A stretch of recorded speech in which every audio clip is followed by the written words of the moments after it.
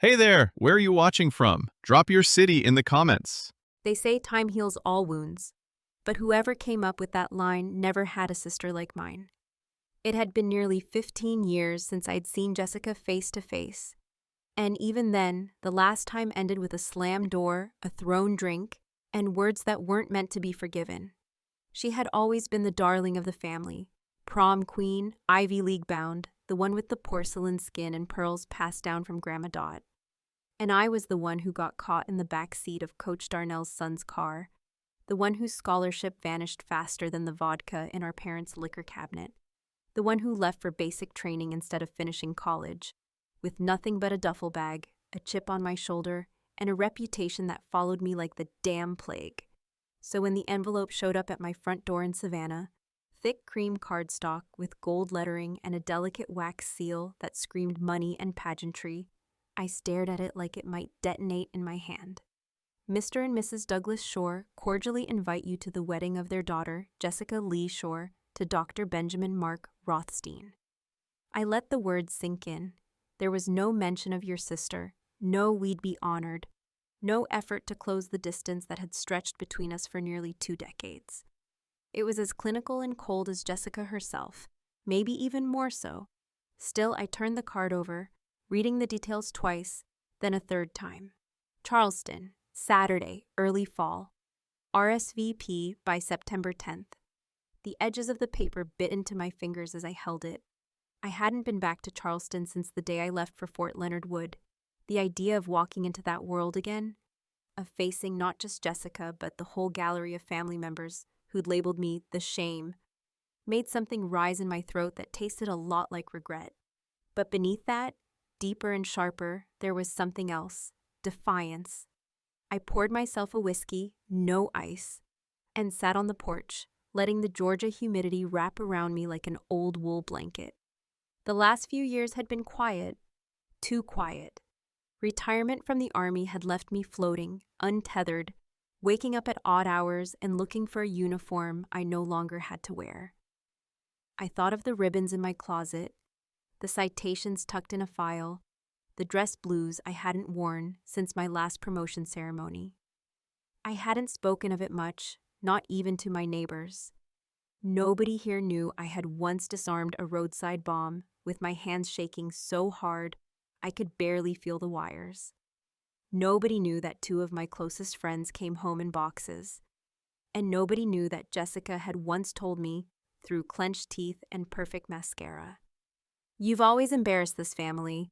You just found a new way to do it in uniform." But maybe it was time they did know. I checked yes on the RSVP and mailed it the next morning. Not because I wanted to celebrate Jessica's perfect life, or pretend we were sisters out of a Hallmark movie, but because I had something left to say, even if I didn't know exactly what it was yet. The weeks passed slowly, every day laced with quiet dread and a strange anticipation. I found myself rehearsing conversations in the mirror, picturing my mother's narrowed eyes, my father's silence, Jessica's smug grin. Part of me wondered if the invitation had been a mistake, or worse, a test. I imagined her laughing over a glass of Chardonnay with her sorority bridesmaids, saying, "She won't show, she never could face her own mess." That alone was reason enough to go. When the day came, I stood in front of my closet, hand hovering between 2 choices. One was a soft, modest lavender dress I had bought just for the occasion, delicate and appropriate, the kind of thing Jessica would expect, something that said, "See, I've changed." But beside it hung my dress blues, pressed, polished, adorned with ribbons earned in heat, sand, and blood. Not for decoration, but for survival. The uniform didn't ask for approval. It demanded acknowledgement. I chose the lavender, not because I wanted to play nice, but because a chess player never moves her queen first. The drive to Charleston was long and silent. The city hadn't changed much. Same brick-lined streets, same Spanish moss hanging like ghosts from the oaks, same carriage tours blocking the damn traffic. I pulled up to the venue, a sprawling plantation-style house with white columns and an arrogance you could smell from the driveway. A valet in a tux opened my door. I handed him the keys, took a breath, and stepped out. Inside, the air was heavy with florals and champagne. I was barely 2 steps in when I heard her voice behind me, smooth and sharp like a razor blade wrapped in silk. "You really wore white?" I turned slowly. Jessica stood there in a blush-pink robe, makeup half finished, a flute of mimosa in her hand. She looked me up and down, eyes lingering on the color of my dress. "White isn't for people with a past like yours." I smiled, just enough to show teeth, and said nothing, because what I wanted to say, what I could have said, wouldn't have just ruined her day. It would have torn the whole damn facade down. But revenge, real revenge, needs silence and timing, so I simply excused myself, walked away, and made a mental note. This wouldn't be handled with a slap or a scream. This was going to be a surgical strike. And for that, I'd need the blues. The morning of the rehearsal was thick with that damp southern heat that sticks to your skin and settles into your bones. The kind that makes everything feel heavier, slower, like time itself is slogging through molasses.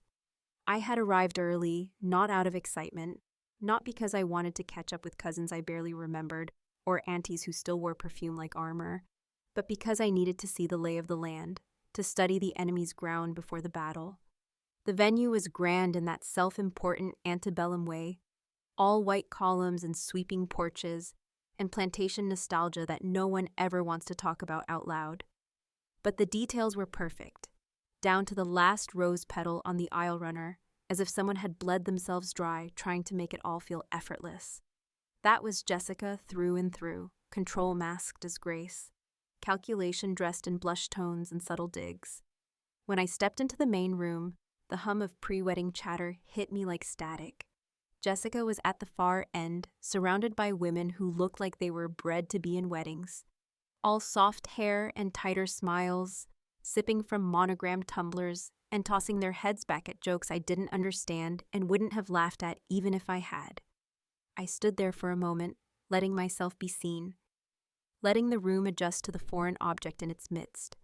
I knew what they were thinking, that I didn't belong, that I was the wild card, the unpredictable variable in a perfectly curated equation. I had made peace with that long ago, or at least I had learned to wear it well. Jessica approached eventually, her walk a choreography of poised tension, as if even her bones had been trained not to rattle. She smiled, that tight, calculated smile of someone trying to convince everyone, and maybe even herself, that she's above it all. "Claire, she said, pulling me into a quick hug that was more performance than affection. "I'm so glad you could make it. Really." The word really hung in the air like a challenge. I returned the hug, barely, and answered with a nod.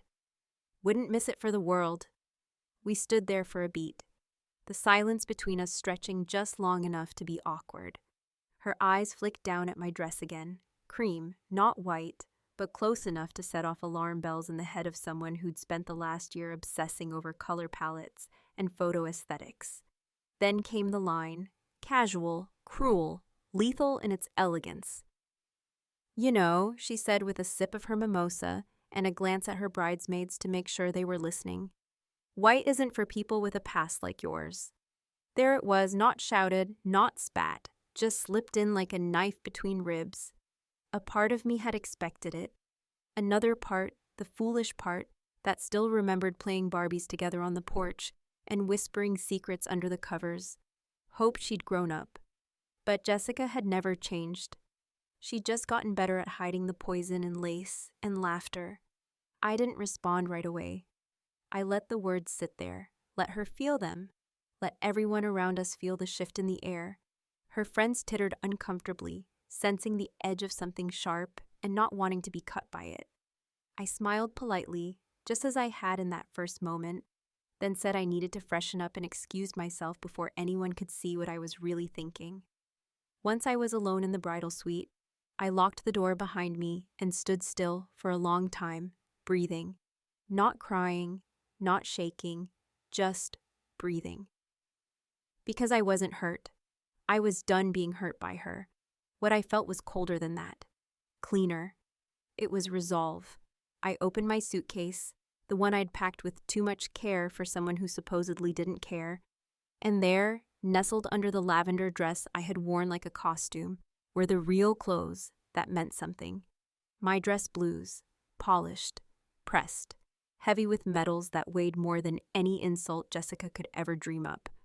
I hadn't worn them in years, not since the funeral of a friend who never made it back. But the moment my fingers touched the fabric, something in me clicked into place. Not anger, not revenge, just clarity. She wanted to remind me of who I used to be, of what I had done, or what I was accused of doing, or what she had always believed without ever asking for my side. Fine, let her. But I had another story to tell now, one she couldn't edit, one she couldn't shame me into hiding. Later that night at dinner, she tried again, sitting across from me, flanked by her soon-to-be in-laws and parents who still hadn't looked me straight in the eye. She leaned in and said, just loud enough to carry, "You always did have a flair for drama, just don't make this weekend about you, okay?" I wanted to laugh. I wanted to ask her who made everything about her from the moment she took her first breath, but I just nodded. "Of course not," I said. "This is your day." And I meant it, because her day was going to be the stage, and I was going to be the moment they all remembered. The morning of Jessica's wedding arrived, cloaked in the kind of southern mist that makes everything feel a little surreal, as if the world itself is holding its breath, waiting for something to either unravel or erupt. And I remember standing by the hotel window for what felt like an hour, watching the fog roll across the harbor, like it had secrets it didn't trust the sun to reveal. I had barely slept, not from nerves or sentiment, but because my mind had been working overtime, replaying her words, her face, that delicate cruelty she served up with the same hand that wore our grandmother's heirloom ring, the one Jessica inherited because she was, according to family folklore, the one who stayed out of trouble. I had a different kind of jewelry in my possession, medals earned in silence, through mud and blood, through moments I wouldn't ever describe to the women getting their hair done in matching satin robes upstairs.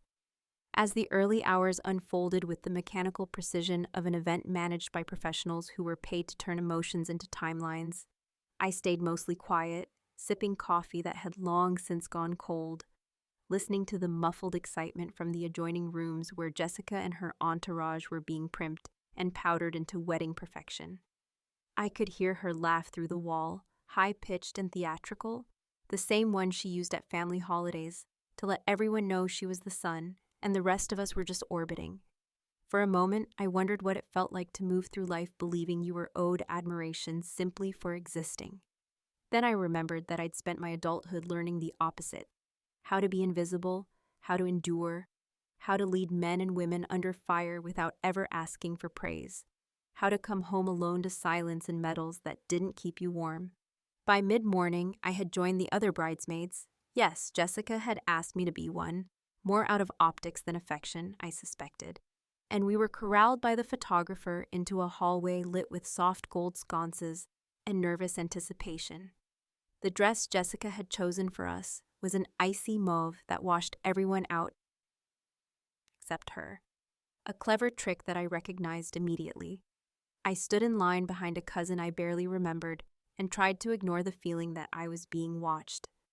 The camera clicked like a metronome, capturing fake laughter, forced smiles, and the kind of polished happiness that looks good in albums but never makes it past the second glass of wine.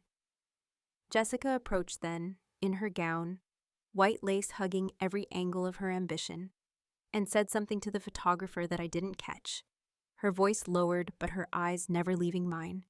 He nodded, adjusted his lens, and pointed for us to all gather tightly, one last pre-ceremony shot. I moved into position, careful not to brush up against her, not because I was afraid of ruining her dress, but because I knew she'd accuse me of trying to. She leaned in, lips brushing close to my ear, and said, "Don't worry, we'll crop you out later if you blink." It was a joke, barely, but it landed like a slap. Because it wasn't really about blinking, it was about erasure, about control, about the idea that she could still shrink me, even now, even after everything. I stepped back slightly, tilted my head, and gave the camera a smile that didn't reach my eyes. Then I walked away. No one stopped me. No one even called after me, not immediately. That's the thing about people like Jessica.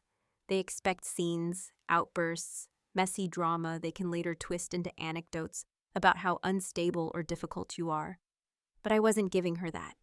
I was giving her silence. Because silence, when used right, doesn't whisper, it screams. I went back to the suite, locked the door, and opened the garment bag I had packed 2 nights before. My hands didn't shake. They were steady, practiced. This wasn't just a uniform, it was a second skin. I slipped into my dress blues with the reverence of a ritual. Each metal pinned in place, each crease straightened with care. The weight of it settled on my shoulders like a reminder, not of the wars I had survived, but of the woman I had become in the process. When I looked in the mirror, I didn't see the sister who had been labeled and judged and discarded. I saw an officer, a leader, a survivor. I saw the woman who had navigated minefields, both literal and metaphorical, while Jessica had been perfecting her wine-tasting notes and deciding between 2 shades of beige for her guestbook table. I left the room without fanfare, walked down the hall with deliberate steps, the echo of my polished shoes against the hardwood drawing attention before I even turned the corner. The photographer, mid-pose with Jessica and her husband-to-be, froze. His lens dropped an inch. A few guests turned, then more. Conversations died mid-sentence. The air shifted. And there I was, not in white, not in mauve, but in the blues of someone who had nothing left to prove and no reason to ask permission. Jessica's face went pale. Her mouth open, then shut again. For once she had no line ready, no insult locked and loaded behind her perfect teeth. I stopped a few feet away, straightened my back, and looked her dead in the eye. I didn't smile. I didn't need to. Let the camera roll. Let the guests whisper. Let her wonder what came next, because this wasn't her moment anymore. It was mine. The exact second I walked into the hall, there was a kind of stillness that doesn't just fall, but slams down. A vacuum of sound and movement so absolute that even the birds chirping from the live oaks outside seemed to pause mid-song, as if nature itself was stunned into silence by the weight of a moment it hadn't been warned about. The photographer, a thin man with a goatee and a checklist taped to his forearm like it was a sacred scroll, stopped clicking and stared through his lens with the wide-eyed disbelief of someone who suddenly realizes he's not photographing a wedding anymore. He's documenting a story, one that will be told over dinner tables and in whispered phone calls for months, maybe years. His hands hovered midair, the camera drooping slightly as if it too was uncertain whether to continue recording or simply bear witness. Guests, already seated and clutching their programs like churchgoers waiting for the sermon to begin, turned in waves, heads swiveling first in curiosity, then in surprise, and finally in a kind of awe that rippled through the crowd like a chill moving up the spine. The whisper started as a trickle. Low, sharp-edged murmurs passed between well-dressed couples and perfectly coiffed grandmothers, but soon grew into a quiet frenzy, an undercurrent of buzzing speculation that filled the space left behind by the sudden absence of classical music and small talk. Eyes widened, jaws slackened, and hands clutched at pearls or wine glasses, depending on which side of the family you belonged to. Jessica, who just seconds earlier had been posing on the veranda with her bridal party, like the queen of some polished southern fairy tale, turned her head slowly, her veil catching in the breeze like a flag losing its wind.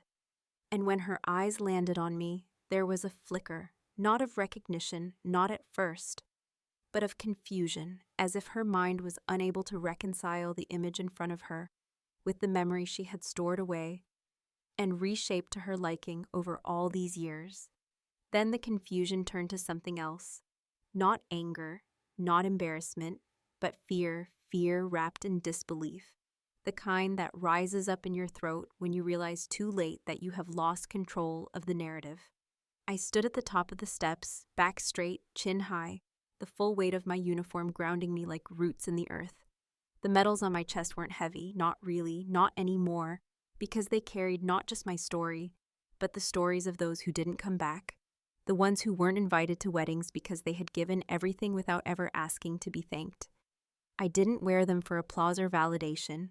I wore them because they were mine, because they had been earned in fire and silence, and because Jessica needed to see that no amount of decor or curated perfection could erase what I had lived through while she was trying on gowns under chandelier light. No one moved. No one said a word. Even the photographer forgot to raise his camera again. And in that silence, I began to walk. Every step was measured, deliberate, echoing off the marble like a drumbeat in a slow march toward something final, something inevitable. I didn't hurry, I didn't smile. I simply descended, my eyes locked on Jessica's, never wavering, never blinking. She took an instinctive step back, almost imperceptible, but enough to tell me that she felt it. That shift in power, that realization that the ground beneath her wasn't as solid as she had always believed it to be. I reached the bottom step and turned to the crowd, scanning faces, noting the looks. Some shocked, some admiring, some uncomfortable, but all watching. I could feel their thoughts like static, the unspoken questions prickling through the air. What is she doing? Why is she dressed like that? Isn't she the sister with the scandal? Didn't she leave after that thing with the professor's son? Didn't she disappear? I stepped up to the microphone. It wasn't planned. I hadn't rehearsed a speech. I hadn't even decided, until that exact moment, whether I'd say anything at all. But the silence was too loud now, and the truth too big to keep folded away like the corners of an old letter. So I cleared my throat, leaned slightly forward, and began. Thank you all for being here today. I know this isn't the usual sight at a wedding, and I promise not to keep you long.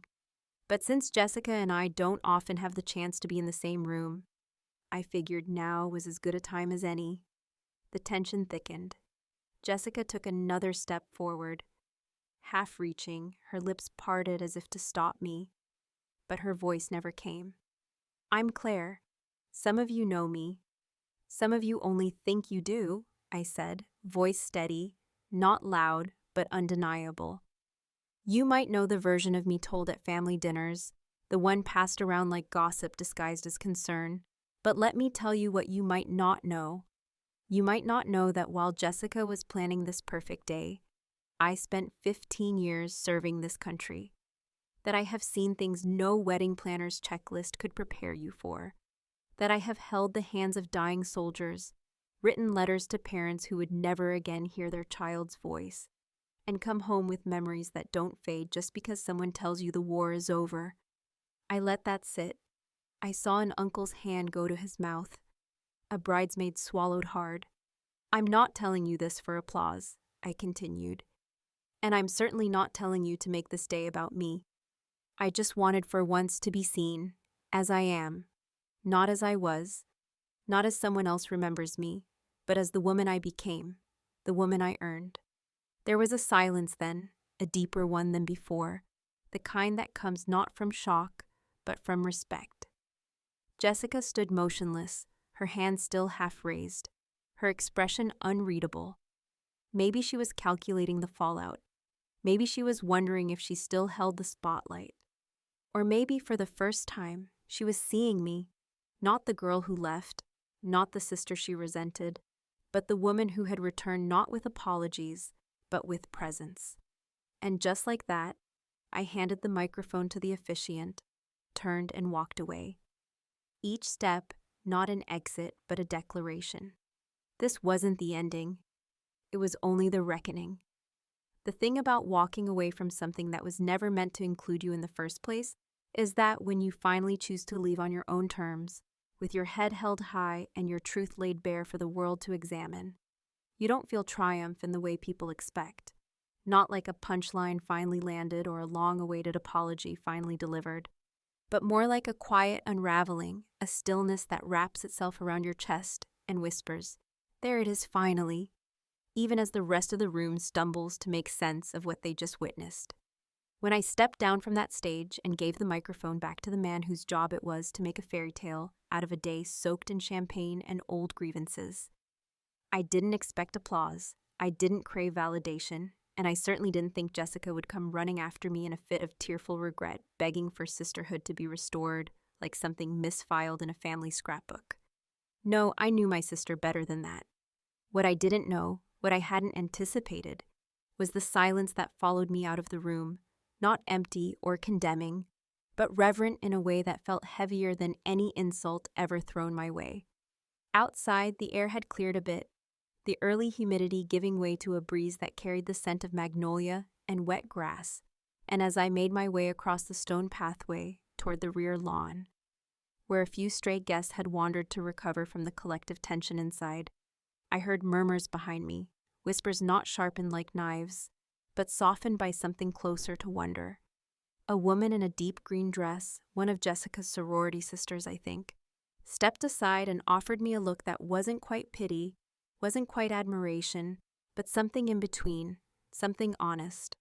I gave her a nod, kept walking, and eventually found myself at the edge of the property, facing the water, watching a boat drift in the distance, its white sails stark against the steel blue of the sky. I stood there for a while, alone but not lonely, letting the weight of the morning settle into my bones, and for the first time in years, I didn't feel like I had to shrink to fit the space around me. There was no need to apologize, to explain, to soften the edges of my story, just so it could sit more comfortably beside someone else's version of the truth. And then, just as I was about to head back to the small bed and breakfast I had booked for one night only, no plans to stay longer than absolutely necessary, I heard footsteps behind me, slow and hesitant, not rushing like someone desperate for resolution, but careful, like someone uncertain of their place in the conversation they were about to start. It was my father.